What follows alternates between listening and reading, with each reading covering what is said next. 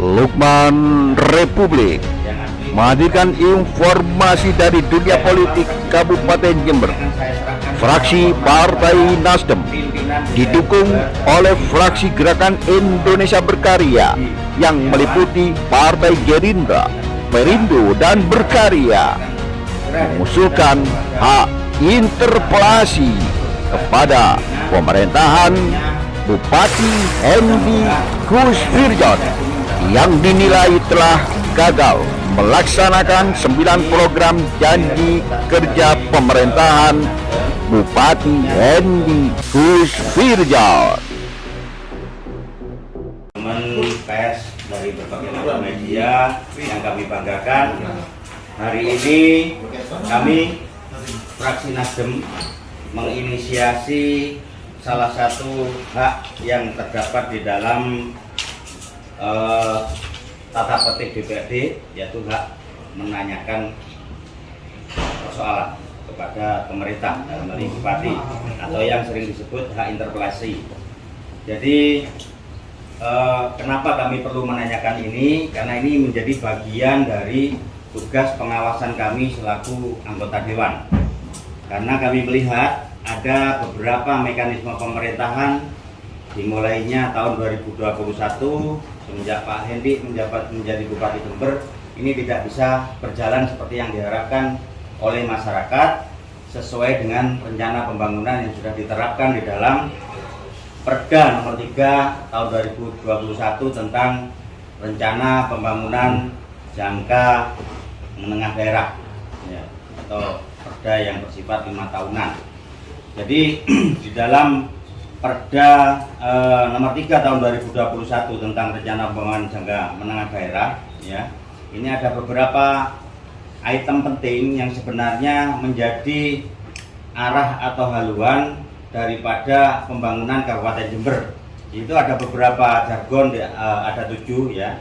Di antaranya Wiswayai Jember satu data, Wiswayai SDM Jember unggul, Wiswayai infrastruktur Jember mantap, Wiswayai Jember industrial farming, Wiswayai pelayanan Jember handal, Wiswayai Jember permata Jawa, Wiswayai Jember tumbuh, Wiswayai Jember berdaya atau gerakan desa Jember berdaya. Yang terakhir adalah Wiswayai pesantren berdaya. Yang itu semua berdasarkan penyematan kami di lapangan yang dilakukan oleh pengusul, yaitu Bupati. Banyak program unggulan yang sudah dicanangkan Bupati terpilih sampai dengan saat ini masih minim realisasinya. Di antaranya adalah perbaikan kesejahteraan guru yang tetap pada guru tidak tetap dan pegawai tidak tetap, dan itu di bidang pendidikan. Yang berikutnya adalah tentang sekolah inklusi.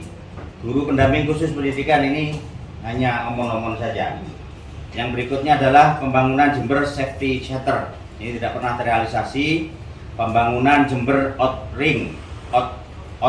Ring Road, ya, ini juga tidak terrealisasi. Pembangunan dermaga, pembangunan kelas bandara, peningkatan kelas bandara, yang hari ini bandara tidak naik kelas, justru malah kita tidak tahu akan masa depannya seperti apa. Yang berikutnya adalah program satu kolam satu keluarga yang dicanangkan menjadi program unggulan Bupati pada saat awal menjabat. Ini juga tidak terrealisasi.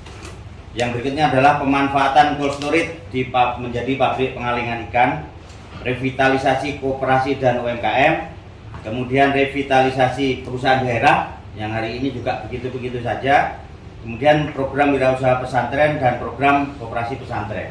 Termasuk yang ada di depan kita, yang sampai hari ini kami mencermati bahwa Pemkab Jember dalam hal ini menolak atau belum mengasisi pengelolaan resi gudang yang mestinya itu bisa dimanfaatkan untuk membantu petani, ya, pada saat harga panen anjlok kita bisa menampung. Tapi ternyata sampai hari ini resi gudang yang sudah dibangun dengan dana alokasi khusus di tahun 2012 itu sampai hari ini tidak bisa dimanfaatkan.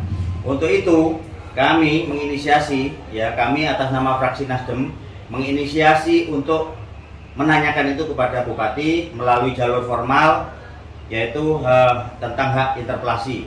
Kami nanti akan berkirim surat kepada pimpinan, surat nomor 31 garis miring F Nasdem garis miring DPRD Jember garis miring bulan 7 tahun 2024. Jadi ini menjadi bagian dari pengawasan DPRD. Tidak ada tendensi apa-apa, tetapi karena ini sudah menjelang masa akhir jabatan dari teman-teman DPRD yang periode 2019-2024, juga menjadi masa akhir jabatan dari Bupati yang periode saat ini.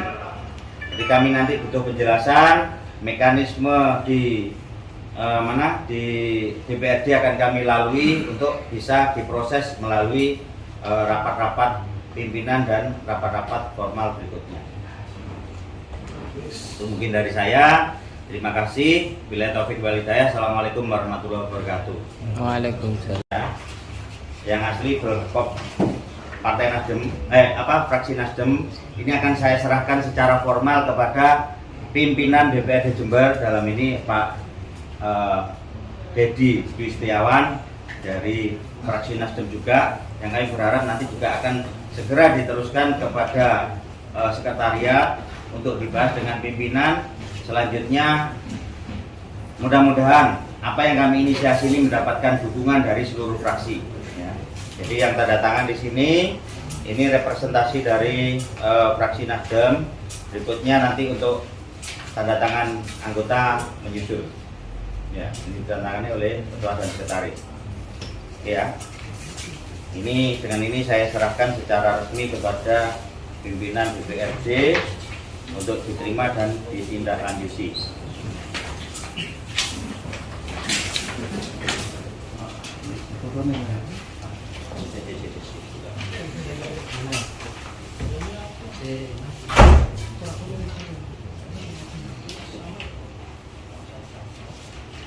Ya cukup.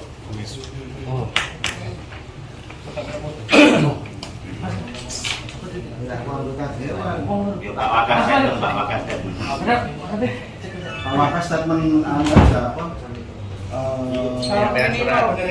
prosedur atau mekanisme dari interpelasi. Misalnya ini ketika diusulkan oleh fraksi berapa butuh dukungan yang lain.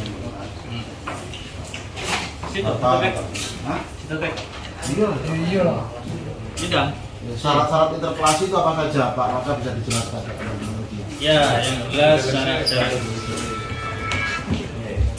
jelas syarat-syarat interpelasi itu di tatip DPRD Kabupaten Jember harus minimal 2 fraksi berbeda yang ada di kelembagaan DPRD Kabupaten Jember dengan jumlah minimal ini 10 orang anggota. Jadi saya menerima usulan dari fraksi Nasdem, dan dalam hal ini juga saya sebagai anggota dari fraksi Nasdem akan membawa usulan ini karena sekaligus saya adalah pimpinan di DPRD Kabupaten Jember.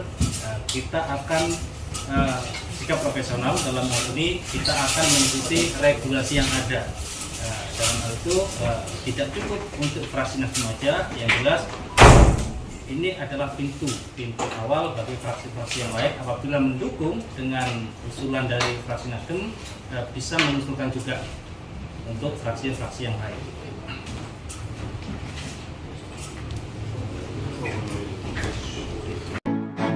Demikian informasi Lukman Republik. Sampai jumpa lagi dengan informasi yang lain. Jangan lupa dulur-dulur like, comment, and subscribe. Matur nuwun. Assalamualaikum warahmatullahi wabarakatuh. Salam sejahtera untuk semuanya. Sampai jumpa lagi.